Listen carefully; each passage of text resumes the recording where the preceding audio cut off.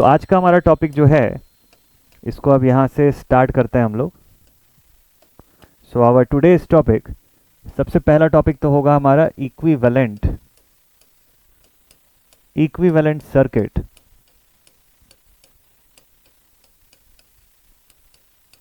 Diagram, equivalent circuit diagram of a practical transformer. Equivalent circuit diagram draw करने के लिए practical transformer ही जो होता है वो रिक्वायर्ड होता है, मतलब उसी के लिए ही आप इक्विवेलेंट सर्किट डायग्राम जो है उसको ट्रेस करते हैं। आइडियल का बनाने का कोई मतलब भी नहीं है। तो एक प्रैक्टिकल ट्रांसफॉर्मर का इक्विवेलेंट सर्किट डायग्राम कैसे होता है, क्योंकि हम लोग तो अभी तक ट्रांसफॉर्मर को सर्किट डायग्राम वाइज ऐसा दिखाते आए है ना। हम लोग ट्रांसफॉर्मर को अभी तक तो ऐसा ड्रॉ कर देते हैं।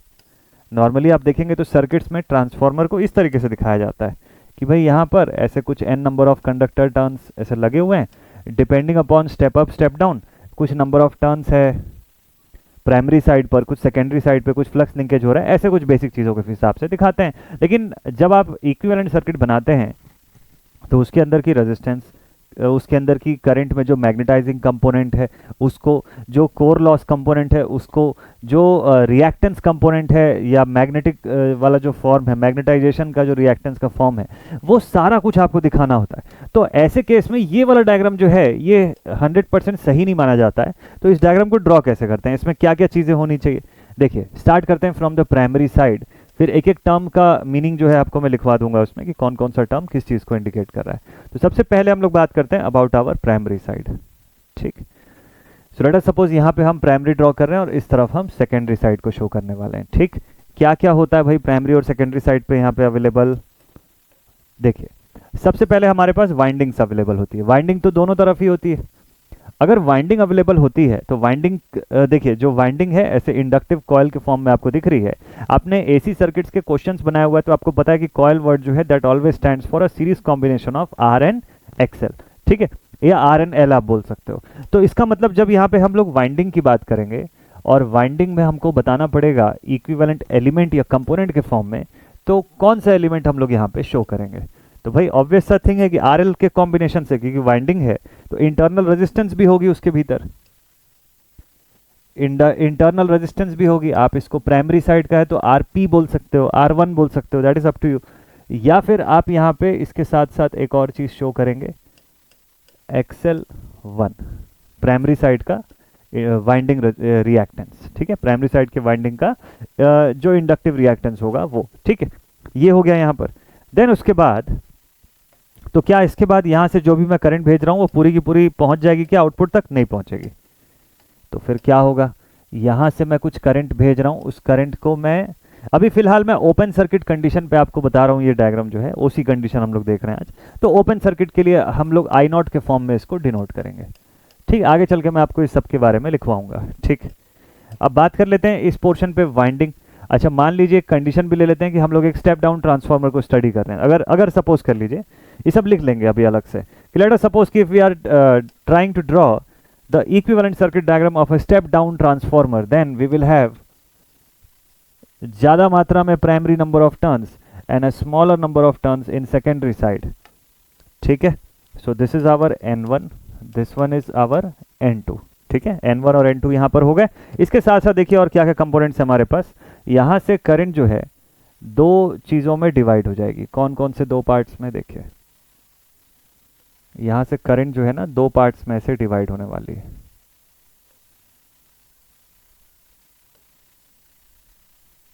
इस तरीके से सबसे पहले देखिए करंट का एक कंपोनेंट जो होगा, वो कॉपर लॉस के लिए रिक्वायर्ड होगा। तो एक कंपोनेंट जो है वो कॉपर लॉस को क्रिएट करेगा। कॉपर लॉस मतलब आई स्क्वायर आर लॉसेस। आई स्क्वायर आर लॉसेस मतलब हम लोग वहां पर रेजिस्टेंस के हिसाब से इसको शो करेंगे। ठीक है, तो कॉपर लॉस का कंपोनेंट रेजिस्टेंस के फॉर्म में, इसको मैं आरसी से डिनोट कर लेता हूं। यहां से जो जाने वाली करंट होगी इसको मैं लिखूंगा आई सी। ठीक है, कि जो कॉपर लॉस का कंपोनेंट होगा वो। दूसरा कोर लॉस का कंपोनेंट हो जाएगा। तो कोर लॉस के कंपोनेंट को मैं किससे शो कर लेता हूं, इसको रिएक्टेंस से शो करूंगा। ठीक है, ये मेरा मैग्नेटाइजिंग कंपोनेंट का सेक्शन है और जो करंट है ये भी आई म्यू है। This is also my magnetising component of current. ठीक है, इसको ऐसा लिख सकते हैं। तो इसको मैंने एक्स एम के फॉर्म में लिखा है, अभी सबको हम लोग देखेंगे। यहाँ से आने वाली टोटल करंट जो है मेरे पास दैट इज आई नॉट, ठीक है, यहाँ से आने वाली करंट जो है दैट इज आई नॉट, ठीक। तो अभी फिलहाल के लिए मैं आई नॉट को ही मेन करंट अपनी मान करके चल रहा हूँ, ठीक है। अब ये जो आई म्यू होगा, ये जो आई म्यू हुआ, इसने जो मैग्नेटाइजेशन क्रिएट किया, कुछ ना कुछ मैग्नेटोमोटिव फोर्स क्रिएट हुआ, मैग्नेटोमोटिव फोर्स क्रिएट हुआ, तो यहाँ पर ईएमएफ बन गई मेरे पास E1 इस पूरे सेगमेंट के भीतर, यहाँ से लेके यहाँ तक के बीच में, ठीक है। यहाँ तक का टोटल ईएमएफ जो हो गया प्राइमरी साइड का वो क्या हो गया, E1 हो गया, ठीक। अब हम लोग पहुंच गए सेकेंडरी साइड पे, कुछ ना कुछ फ्लक्स का लिंकेज हुआ होगा, तो सेकेंडरी साइड पर ईएमएफ मुझे कितना मिलेगा, ईएमएफ E2 मिलेगा, ईएमएफ E2 मिल जाएगा सेकेंडरी साइड पर, ठीक है। ईएमएफ E2 हो गया। क्या यहां पर भी वाइंडिंग लगी हुई है तो रेजिस्टेंस और रिएक्टेंस दिखाएंगे, बिल्कुल दिखाएंगे। यहां पर भी आप लिखेंगे रिएक्टेंस X2 और इसकी सेकेंडरी साइड की वाइंडिंग रेजिस्टेंस R2, ठीक। अब कुछ करंट यहां से इंड्यूस्ड करंट जाएगी जिसको मैं I2 से रिप्रेजेंट करूंगा।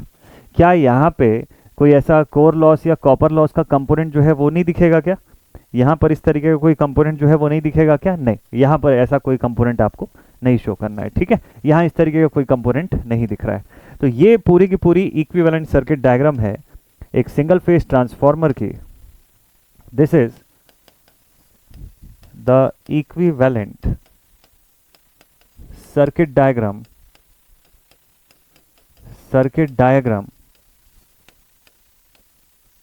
of a single phase transformer, वो भी practical transformer, in no load condition, in no load condition. देखिए लोड की कंडीशन कोई बड़ी बात नहीं है, आप कोई भी टाइप का लोड अज्यूम करके यहाँ पे शो कर सकते हैं कंडीशन, ठीक है। तो जो आगे के पैरामीटर्स होंगे, जो कैलकुलेशंस होंगे उसमें चेंज आएगा, जो फेजर होगा उसमें चेंज आएगा, आपके इस डायग्राम में कोई चेंज नहीं आएगा। यहाँ पर सिर्फ लोड एक लगा हुआ दिखेगा और उससे ज़्यादा कुछ भी नहीं, ठीक है। तो ये इक्विवेलेंट सर्किट डायग्राम आपने बना लिया। अब जरा कंपोनेंट्स का नाम लिखिए, बहुत इंपॉर्टेंट पार्ट यही है। अच्छा, सेकेंडरी साइड पे एक काम करिएगा, यहाँ पर टर्मिनल की वोल्टेज V2 जो है इसको भी आप बता सकते हैं, ठीक है। प्राइमरी साइड पर सप्लाई पोटेंशियल V1 मैंने नहीं लिखा तो उसको आप लिख लीजिएगा, दिस इज इंपॉर्टेंट, ठीक है। तो यहाँ पे करंट I की वैल्यू मैं यहाँ पर शो कर दूंगा। I जो है आपको I0 के फॉर्म में यहाँ पर मिल रही है, जिसको हम लोगों ने यहाँ पैरेलली शो किया हुआ है। इधर से I2 हमारी इंड्यूस्ड करंट है, E2 जो है हमारा इंड्यूस्ड EMF है। आपको याद होगा हम लोगों ने आइडियल ट्रांसफार्मर के केस में देखा था कि E2 is equal to V2 निकल के आया था नो लोड कंडीशन पे, ठीक है। यहाँ पर जरा चेक करेंगे सारी चीज़ों को। तो लेट अस अज्यूम, साइड पर लिख लेते हैं इसके लिए, या assuming that क्या क्या चीजें हमारे पास यहाँ पर देखिएगा ध्यान से।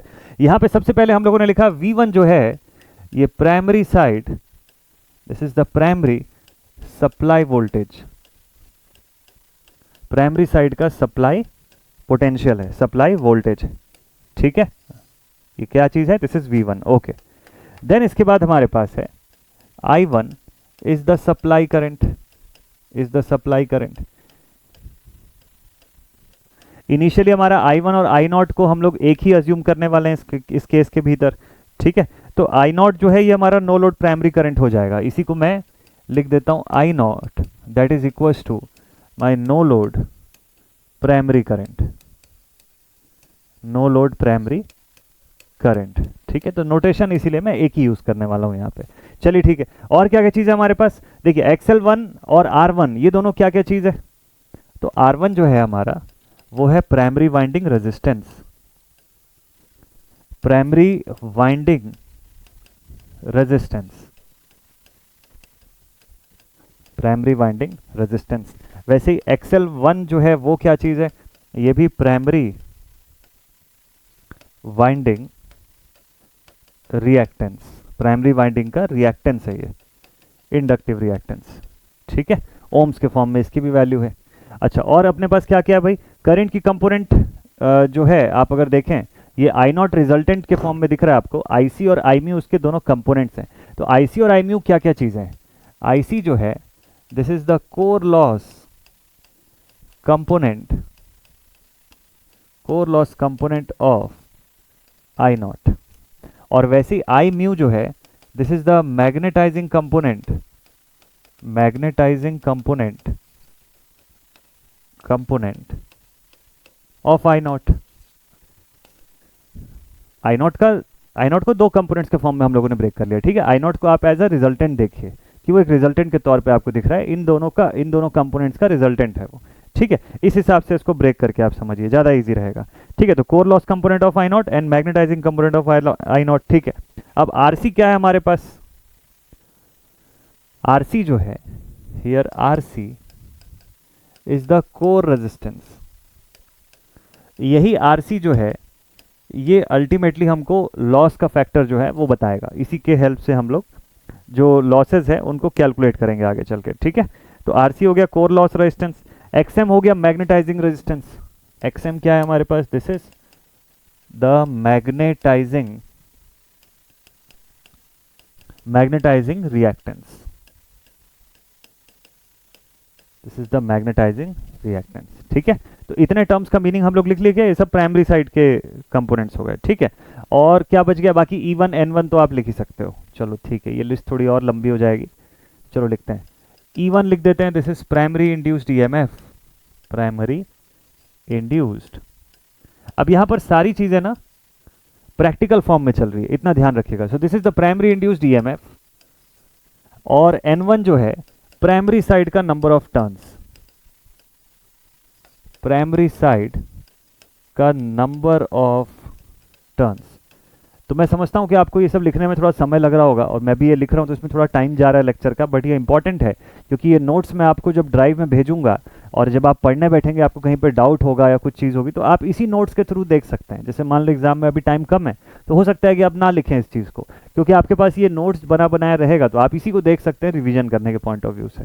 तो इस वजह से मैं एक एक चीज़ को अलग अलग से लिख रहा हूँ ताकि आपको उसमें दिक्कत ना जाए, ठीक है। तो ये लेक्चर सिर्फ लेक्चर के फॉर्म में नहीं, लेक्चर प्लस नोट्स दोनों फॉर्म में चलेगा, ताकि आपके पास एक प्रॉपर अरेंजमेंट हो जाए कि नोट्स भी आपके पास अवेलेबल रहे, ठीक है। चलिए भाई, तो यहां तक के इतने कंपोनेंट्स के बारे में लिख लिए क्या हम लोग? प्राइमरी साइड के सारे कंपोनेंट्स लिख लिए ना, N1 E1 XM I mu IC I not RC सारा चीज लिख दिया। अब चलिए सेकेंडरी साइड पर आते हैं। सेकेंडरी साइड पर आ गए तो ज्यादा चीजें नहीं है, जल्दी जल्दी कंप्लीट हो जाएगा। तो सेकेंडरी साइड पे हम लोग लिखेंगे, सेकेंडरी साइड पे लिखेंगे कि हमारा I2 जो है this is induced current, this is the induced current of secondary side, this is the induced current of secondary side, ठीक। बाकी यहां पे भी आप देख सकते हैं R2 XL2 डायरेक्टली लिख सकते हैं ना इसको, दिस R2 दिस XL2 और V2 E2 N2, इन सब के बारे में लिख लेते हैं। R2 क्या चीज है हमारा? This is the secondary winding resistance, secondary winding resistance, ठीक। XL2 को भी आप लिख सकते हो secondary winding reactance, secondary winding का रिएक्टेंस हो गया। V2 क्या हो गया आपका? Terminal voltage, terminal voltage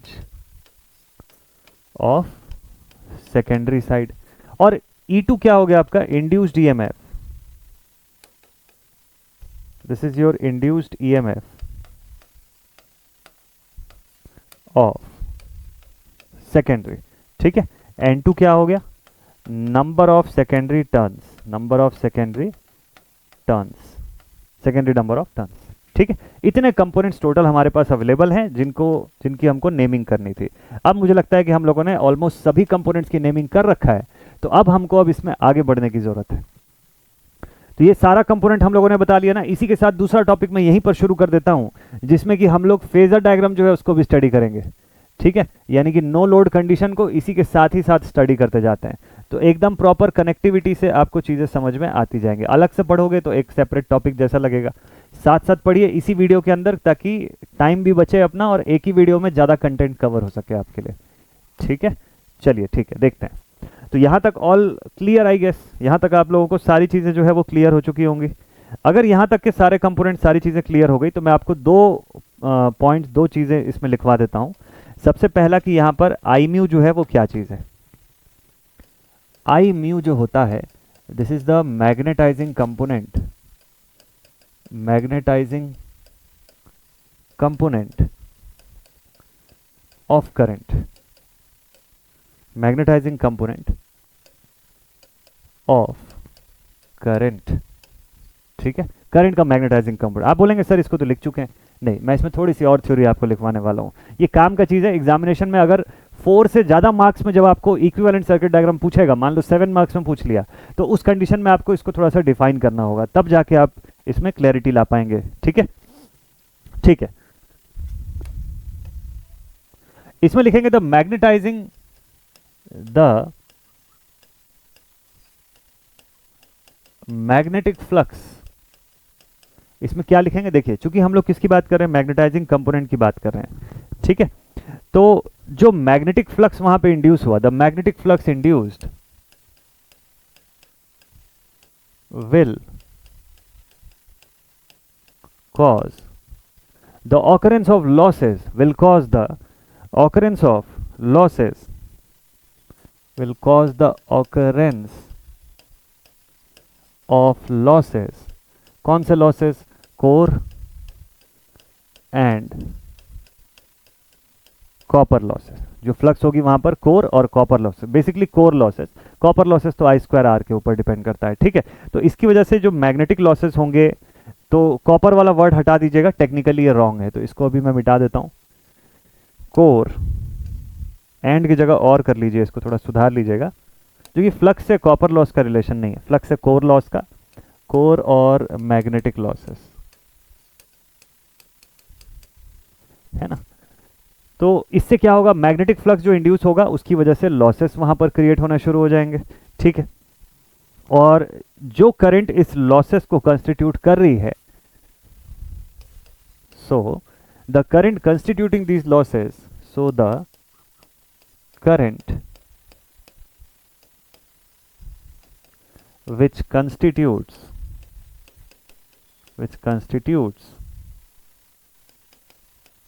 these losses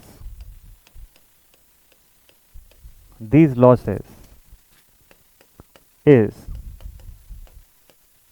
the magnetizing component, is the magnetizing component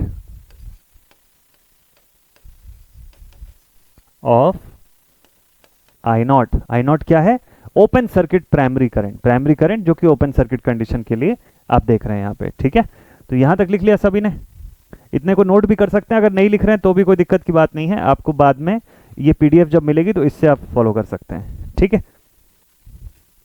देखिए ये जो मैग्नेटाइजिंग कंपोनेंट होता है ना, यही मैग्नेटिक फ्लक्स इंड्यूस करेगा आगे चल के, यही मैग्नेटाइजिंग कंपोनेंट जो निकल के आ रहा है, यही मैग्नेटिक फ्लक्स जो है उसके इंडक्शन के लिए यही रिस्पॉन्सिबल होगा, इसीलिए ये इतना इंपॉर्टेंट है और इसीलिए आपको मैं ये लिखवा रहा हूँ, ठीक।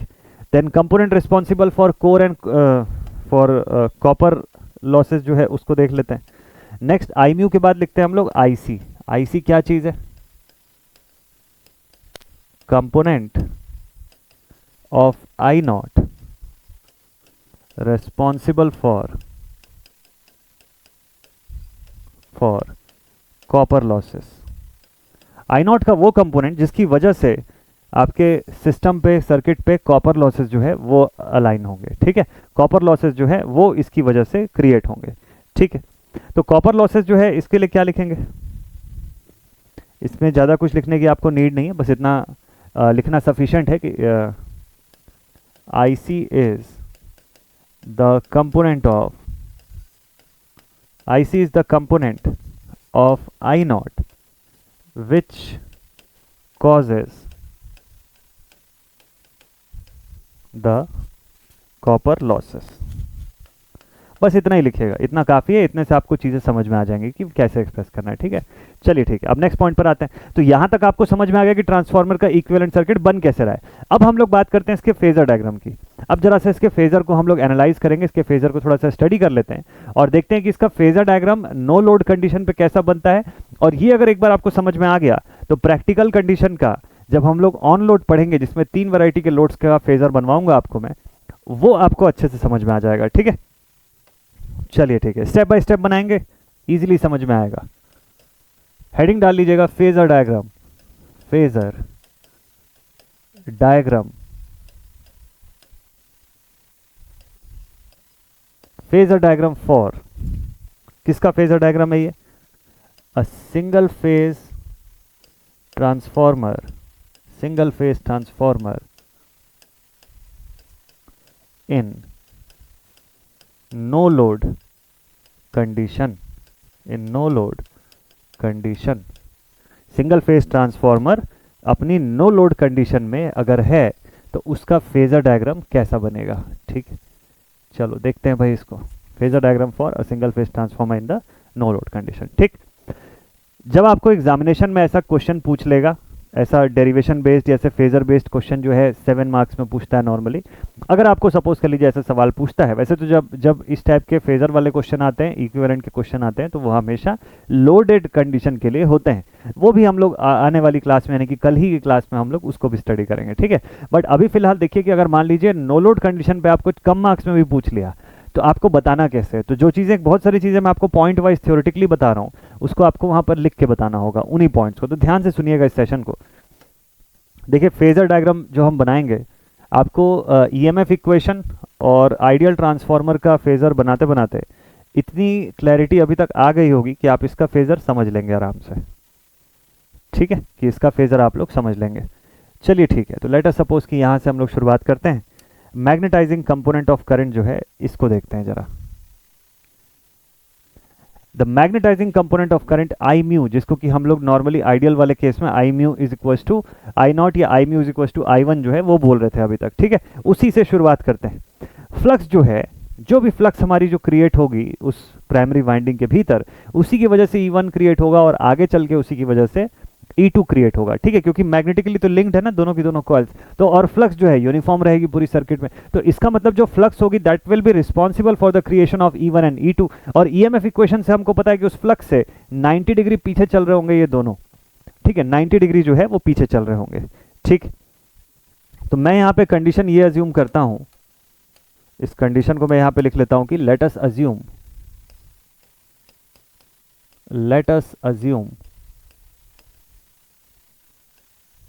a step down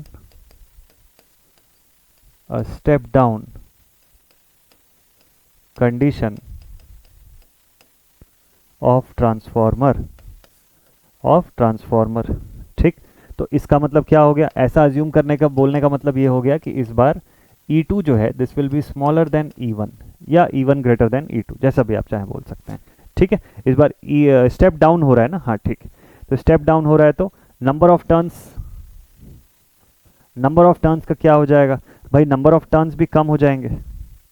step down हो रहा है तो फिर नंबर ऑफ टर्न्स जो है वो भी रिड्यूस हो जाएंगे। ठीक, चलिए ठीक है भाई। अच्छा, क्या यहाँ पे N1 स्मॉलर देन N2 की केस लें, क्या कुछ उल्टा लें? स्टेप डाउन तो चलो ठीक है वहां पर देखे हुए थे, जरा अगर इसको स्टेप अप कंडीशन का ट्रांसफॉर्मर ले लें तो क्या हो जाएगा? स्टेप अप ट्रांसफॉर्मर अगर ले लें तो चलो इसको वैसे ही बनाते हैं, मज़ा आएगा। स्टेप डाउन भी ले सकते हो, ऐसा कुछ नहीं है, बट इसका एक केस मुझे ऐसे याद आ रहा है कि मैंने बता चुका है आपको इसमें आइडियल वाले केस में या किसी ईएमएफ के केस में। तो एक दूसरा सिनारियो करते हैं हम लोग। ठीक है, लेट अस सपोज कि E1 is smaller than E2, since हम लोगों ने ले लिया कि N1 is smaller than N2, मतलब number of turns in the primary side कम है as compared to that in secondary side. ठीक है, उल्टा कंडीशन। तो सर्किट डायग्राम नया बनाइएगा इसका। सबसे पहले तो कौन सा सर्किट डायग्राम ड्रॉ करेंगे आप? ये वाला, ये जो अभी जस्ट हम लोगों ने बनाया ना, इस सर्किट डायग्राम को फिर से आप बना लीजिएगा एक बार। ठीक, इसी सर्किट डायग्राम को दोबारा क्रिएट कर लेते हैं और अब इस बार आपको E1 कम दिखाना है, E2 को ज़्यादा दिखाना है। ठीक, तो उस बात का ध्यान रखिएगा। बाकी सारी चीज़ें एज इट इज़ रहेंगी जैसा हम लोगों ने पिछले केस में बनाया हुआ था।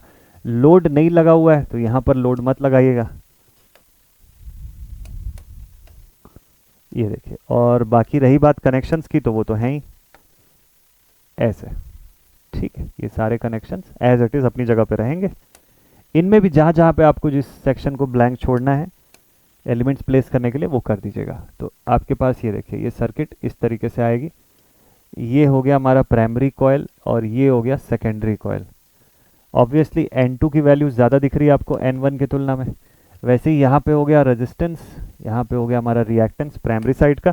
सेकेंडरी साइड पे आ जाते हैं तो यहाँ पे हमारे पास रेजिस्टेंस R2 और यहाँ इसका रिएक्टेंस XL2। ठीक है, टर्मिनल पोटेंशियल V2 हो गया।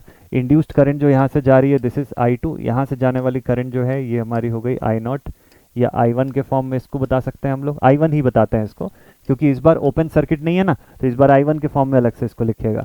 अब ये I0 जो है हमारा, इसको दो कंपोनेंट में ब्रेक करता हुआ, I0 या I1 को आप दो कंपोनेंट में ब्रेक करता हुआ देखेंगे। यहाँ से हम लोग IC लिखेंगे और यहाँ से हम लोग लिखेंगे I of mu.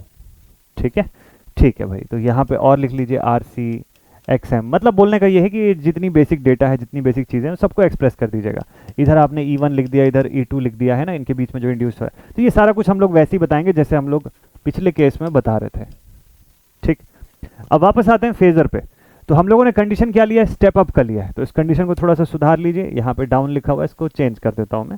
Late us take a step up transformer, step up condition of transformer. ठीक है, इसके लिए जरा सॉल्व करके देखते हैं।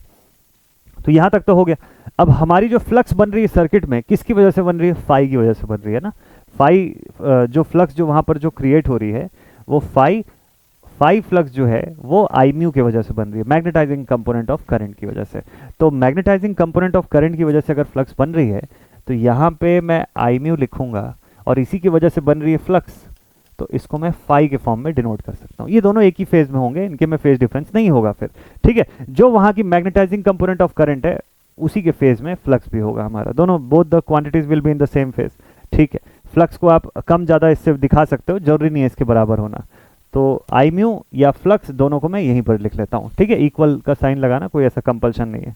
नेक्स्ट थिंग, इसके बाद अब आई म्यू जो है इस पर हमको ईएमएफ कितने का मिल रहा है, आई म्यू जो है इससे ईएमएफ इंड्यूस्ड हमको यहाँ पे शायद E1 मिलेगा ना। अब यहाँ पे E1 इक्वल टू E2 मत करिएगा, जो ईएमएफ इक्वेशन या उस पे हम लोग लिए थे आइडियल केस में। यहाँ पे E1 स्मॉलर देन E2 है, तो मतलब ये हुआ कि ये लाइन की लंबाई थोड़ी सी और बढ़ा देता हूँ मैं और यहाँ पे लिखूंगा E2। ठीक है, E2 से छोटा है मैग्नीट्यूड वाइज E1, लेकिन रहेंगे दोनों एक ही फेज में, ईएमएफ इक्वेशन में देख चुके हैं। 4.44 F5MN के फॉर्म में जो हम लोग देखे थे वो ही एक्सप्रेशन की वजह से मैंने ऐसा लिखा हुआ। और आई म्यू से ये लोग लैग करेंगे दोनों के दोनों, वो भी कंडीशन मैंने यहाँ पर शो कर दिया आपको। ठीक है, तो अब इसके बाद देखिएगा, अब इसके बाद लेंज लॉ के हिसाब से अगर सपोज कर लीजिए कि मुझे E1 का एंटी फेज या माइनस ऑफ V1 अगर ट्रेस करना है तो मैं कहाँ पे ट्रेस करूँगा। तो भाई लेंज लॉ के हिसाब से इसका फेज अपोजिशन में बना लेता हूँ इस तरफ। क्या लिखूंगा यहाँ पे, minus of E1, minus of E1। Lenz law के हिसाब से फेज अपोजिशन हमको क्रिएट होकर मिलेगा। ठीक है, तो जो V1 जो है उससे अपोज करता हुआ E is equal to minus N d∅dt, तो वो जो माइनस साइन है वो लेंज लॉ के हिसाब से दिख रहा है, उसके हिसाब से मैं इसको ऊपर ड्रॉ करके शो कर देता हूँ। ठीक है, तो माइनस ऑफ E1 के फॉर्म में डेटा दिख रहा है, opposite of E1 minus E1। ठीक है, इक्वल और अपोजिट मैग्नीट्यूड का रहेगा, जितने का E1 बना रहे हैं उतने का ही माइनस E1 भी ट्रेस करेंगे हम लोग ऊपर। ठीक है भाई, अब इसके बाद अब अगर मान लीजिए मैं पहला केस लेता हूं प्योर रेजिस्टेंस का, जो कि इस डायग्राम में मुझे यहां पे दिख रहा है। ठीक, इस डायग्राम में मुझे यहां पे दिख रहा है प्योर रेजिस्टेंस का केस। तो इस रेजिस्टेंस के केस पर मेरा वोल्टेज और करंट दोनों तो एक ही फेज में रहेगा ना, उसमें तो कोई डिफरेंस नहीं जाएगा। ये डायग्राम देखते जाइए, जहां जहां लगे स्क्रीनशॉट लेने का आप स्क्रीनशॉट ले सकते हैं, मैं बिल्कुल साइड पर ही हूँ। तो प्योर रेजिस्टेंस का केस है, वोल्टेज और करंट दोनों फेज में है। तो बताइए कि जो कॉपर लॉस कंपोनेंट जो होगा IC, वो E1 के फेज में होगा या नहीं होगा, वो भी E1 के फेज में होगा सर। IC जो होगा वो E1 के फेज में होगा या नहीं होगा, E1 और IC दोनों तो सर एक ही फेज में हो जाएंगे। ठीक है भाई, बहुत ही अच्छा। और ये अपोज करते हुए नेचर का दिख रहा है, तो मैं इसको यहाँ पर शो कर सकता हूँ। ठीक है, अपोज करते हुए नेचर का दिख रहा है तो यहाँ पर इसको मैं शो कर सकता हूँ। Let it be IC। ठीक है, the copper loss component of this supply I0। ठीक, I1 सप्लाई का अपना कॉपर लॉस कंपोनेंट हो गया। अब इसके बाद देखिएगा कि जब मैं यहाँ से I0 बताऊंगा, अभी जब मैं I0 का एक्सप्रेशन बताऊंगा तो वो मुझे कहाँ मिलना चाहिए, I0 इन दोनों का रिजल्टेंट है, किसका IC और I म्यू का। तो इसका जो फॉर्मेशन है वो कुछ ऐसा दिखना चाहिए। देखिए, parallelogram law of vector addition यहाँ से लगा दिए, parallelogram law of vector addition इस पॉइंट पे अप्लाई कर दिए, और दोनों का जो मीटिंग पॉइंट है इसको आप आई नॉट के फॉर्म में शो कर सकते हैं। ठीक है, तो यहाँ से आप शो कर सकते हैं कि भाई this value is our I naught, ये वैल्यू मेरे पास आ गई I naught, vector sum of these two quantities I C and I mu. ठीक है, यहाँ तक भी हमको समझ में आ गया। ठीक है, एक हिस्सा तो हम लोगों ने इसका बना लिया। अब यहाँ से ध्यान दीजिएगा, अब यहाँ से आप ध्यान दीजिएगा, यही आई नॉट करंट जो है ये रेजिस्टेंस R1 और XL से पास हो रही है। यही आई नॉट करंट जो है, इसको मैं I1 के फॉर्म में लिख रहा हूँ, यही आई नॉट करंट यहाँ से R1 और XL से पास हो रही है। ठीक, जब R1 पे जाएगी तो कुछ ना कुछ वोल्टेज ड्रॉप जो होगा वो क्रिएट करेगी वहाँ पर। बिल्कुल सही बात है। कितना वोल्टेज ड्रॉप होगा? तो VR1 is equal to I naught into R1। Similarly VXL1 is equal to I naught into XL1। दोनों जगह पे कुछ ना कुछ वोल्टेज ड्रॉप होगा, लेकिन ध्यान दीजिएगा कि VR1 से VXL1 90 डिग्री अपार्ट रहेगा, 90 डिग्री अपार्ट रहेगा, और अपार्ट भी क्या, इनफैक्ट लीडिंग रहेगा, ये ध्यान रखिएगा। ठीक है, तो ये बात आप समझ गए क्या कि अगर मान लीजिए मैंने VR1 यहाँ शो किया तो इससे 90 डिग्री ऊपर मुझे VXL1 दिखाई देगा। अगर ये ना समझ में आए तो एक बार याद करिए, इम्पीडेंस ट्रायंगल पढ़ने के समय मैंने आपको इसका फंडामेंटल बताया था, जो राइट एंगल ट्रायंगल के फॉर्म में निकल के आ रहा था। वहाँ मैंने आपको बताया था ना कि अगर मान लीजिए यहाँ VR शो करते हैं तो VL जो है VR से 90 डिग्री आगे चलेगी, और VC जो है इससे 90 डिग्री लैग करते हुए दिखाई देगी। ठीक है, याद हो आ गया होगा आपको। सिंगल फेज एसी में मैंने इसका फंडामेंटल आपको बताया था, उसी फंडामेंटल का मैं यहाँ पर दोबारा यूज़ कर रहा हूँ। इसीलिए मैंने बोला ना कि single phase AC, magnetic circuits, ये सब बढ़िया से क्लियर होना चाहिए आपको। तो ये सिचुएशन देख के हमको समझ में आता है। ठीक है, कि आई नॉट इंटू XL1 जो है वो आई नॉट इंटू R1 से लीड करेगा बाई 90 डिग्रीज। इतनी दूर तक का फेजर आपका क्रिएट हो चुका है। ठीक है, तो एक काम करते हैं यहाँ से, अब एक काम करते हैं कि इस पॉइंट से जहां पे हमारा -E1 है, ठीक है, जहां पे -E1 या V1 की जो वैल्यू मैं बता रहा हूं, यहां से आई नॉट इंटू R1 ड्रॉ करूंगा मैं, जो कि इस लाइन के पैरेलल होगा। क्यों? क्योंकि दोनों एक ही फेज में है, आई नॉट के फेज में ही है आई नॉट इंटू R1, मतलब वो वोल्टेज और current both are in same phase. तो पैरेलल ड्रॉ कर दिया मैंने लाइक दिस, ऐसा। चलो ठीक है, इतना ड्रॉ कर देते हैं इसको ऐसा। ये कौन सी वैल्यू है? This value is my I naught into R1। देखिए दोनों एक ही फेज में दिख रहे हैं आपको, आई नॉट के ही फेज में आई नॉट इंटू R1 भी है, तो दोनों एक फेज में होना जरूरी है, क्योंकि ये वोल्टेज VR1 और ये current I naught both are in same phase, क्योंकि वो रेजिस्टेंस के अक्रॉस की बात हो रही है। अब बात करते हैं रिएक्टेंस की। तो जब मैं रिएक्टेंस की बात करूंगा, इसके अक्रॉस का वोल्टेज VXL1 अगर मुझे बताना होगा, उसको कैसे बताऊंगा? तो उसको तो भाई मैं 90 डिग्री लीड करता हुआ दिखाऊंगा ना, यहाँ से इस वाले से 90 डिग्री लीड करता हुआ दिखाऊंगा मैं, यहाँ पर इस वाले से 90 डिग्री लीड करता हुआ दिखा दिया भाई। इसको थोड़ा सा और सुधार करके बनाएंगे। ठीक है, इसको थोड़ा सा और सही करके बना लेते हैं, लाइक दिस, ऐसा कुछ। ठीक है, तो ये हो गया मेरे पास आई नॉट इंटू R1। अब मेरा जो आई नॉट इंटू XL1 है, ये इस आई नॉट इंटू R1 से 90 डिग्री लीड करता हुआ बन गया। ठीक है, क्या इसका नाम लिखे? This is I naught into XL1, ये चीज हो गया। अब एट द एंड आप देखिएगा कि जब मैं वेक्टर फॉर्म में यहाँ पे इसको सॉल्व करूंगा, जब मैं वेक्टर फॉर्म में इस पूरे का रिजल्टेंट बताऊं तो कैसे बताऊंगा, ध्यान से देखिएगा। Minus of E1 plus I naught into R1 plus I naught into XL1 is equal to what? यहाँ पे हम लोग बोल सकते हैं ना वेक्टर फॉर्म में कि minus of E1 plus I naught into R1 plus I naught into XL1 is nothing but V1। अगर इन सब के ऊपर प्रॉपरली वेक्टर का साइन लगाया जाए तो is equal to V1। Expression बिल्कुल सही है क्या? चेक कर लीजिए। Minus of E1 plus I naught into R1 plus I naught into XL1 is equal to V1। ये एक्सप्रेशन हम लोग बता सकते हैं। तो मतलब V1 प्राइमरी करंट जो है हमारी, उसका एक्सप्रेशन इसके रिजल्टेंट के फॉर्म में बता सकता हूं, और आई नॉट से उसका फेज डिफरेंस भी निकाला जा सकता है। कैसे? इन तीनों का रिजल्टेंट क्या होगा? V1 होगा। चलो रिजल्टेंट ड्रॉ करते हैं इसका। इन तीनों का रिजल्टेंट कहां से? इस पॉइंट से ड्रॉ करिए।